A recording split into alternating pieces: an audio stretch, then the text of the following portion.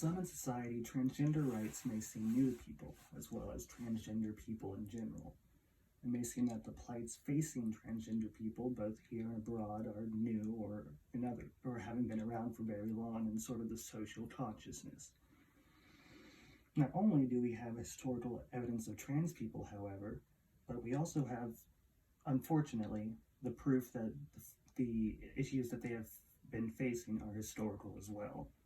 In this speech, I will not only explain give a brief history of trans people, but I will also explain what issues we're facing and argue against the demonization of trans people and in favor of transgender rights. Throughout history, there have been societies that do not conform with the idea of the gender binary as we conceptualize it now. Things like the Indian Hijras, which are people who are assigned a male at birth but adopt a female role, usually for ceremonial purposes, and the idea of the Native American Two-Spirit, who can be assigned either gender at birth and adopt traits of the other gender, typically for spiritual or ceremonial purposes. However, we should avoid projecting our ideas of the gender binary onto other cultures because they do not conceptualize gender in the same way we do, so they are not technically considered transgender. However, that doesn't mean that we don't have recent histories of the trans community as we know them now to look to. This is one of the most famous pictures of the Nazis burning books that we have historical record of. It is, and according to the Holocaust Memorial Day Trust, this is a picture of the Nazis burning books after a raid on the Institut der Sexualwissenschaft, or the Institute for Sex Research, at the time, the center of the world's knowledge on sexual identity and gender identity. The Institute was opposed largely because it supported what the Nazis referred to as deviants, in this case, non-heterosexual, non-cisgender people. It was there that we lost the majority of our compiled history on trans people. Even today, we are still finding it hard to compile any sort of history before 1940, when the Nazis started burning those books. More recently, it was trans women of color who led the Stonewall riots that would eventually become the cornerstone of the American LGBTQIA+ rights battle. These Stonewall riots were led by trans women like Marsha P. Johnson and Sylvia Rivera, who would lead protests and demonstrations against the police after a long period of increasingly violent interactions between the police and the queer community, culminating in a violent police raid on the Stonewall Bar in New York. With this sort of historical backing, I will move on to what's going on today.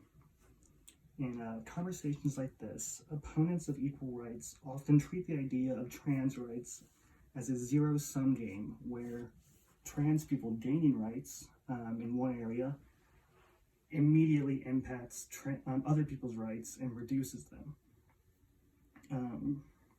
Recently, several states passed what are now referred to as the bathroom bills, which limit the ability of trans people to use the bathrooms that they identify as, or of the gender they identify as, or that they are, and forces them to use the bathrooms of the gender they were assigned at birth.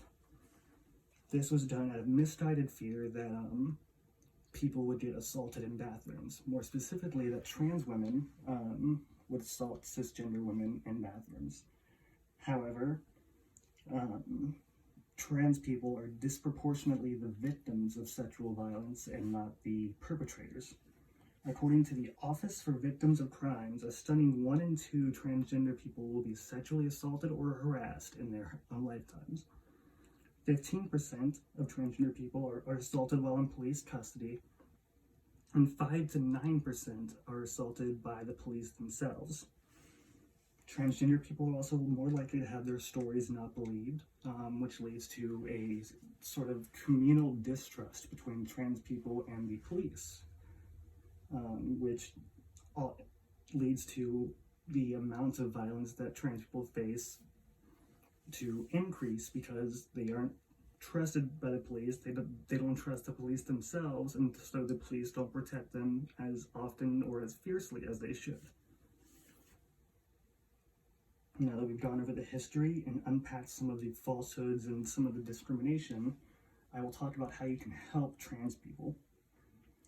According to the National Center for Transgender Equality, 1 in 5 trans people have been discriminated against while looking for a place to live, and 1 in 10 have lost housing on the basis of their gender identity. They also say that 1 in 5 transgender people has experienced homelessness. Brian C. Toma and his fellow researchers for the Pediatrics Journal in their article Suicidality, Disparity Between Transgender and Cisgender Adolescents found that transgender teens are at higher risk for suicide than cisgender teens. In some cases, they are 20% or as high as multiples of that higher risk for suicide. How can we stop this? Advocating for things like the equality or the fairness ordinances that several Kentucky cities have adopted, which prohibit discrimination in housing and jobs based on sexuality or gender identity, are a great place to start. And arguing against the bathroom bills, as mentioned before, is also a good place to start. On the smaller scale, Pediatrics, the aforementioned journal, has found that having even one supportive adult in a transgender teenager's life reduces their risk of HIV or AIDS and other sexually transmitted diseases by up to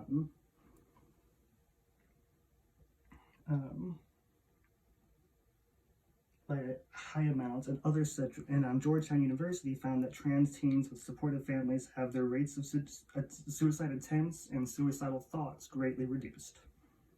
Correcting people when they intentionally or unintentionally misgender people is also a good and small thing you can do to help trans people.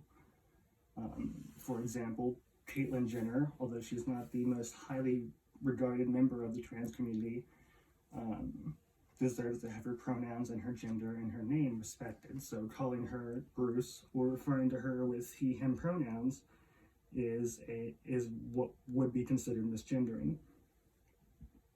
It is often difficult to exist as a trans person in this world. However, I am lucky enough to have friends who care about me and who support me. And you may not have the power to change everything all at once by yourself.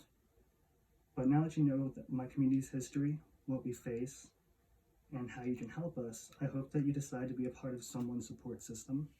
Thank you.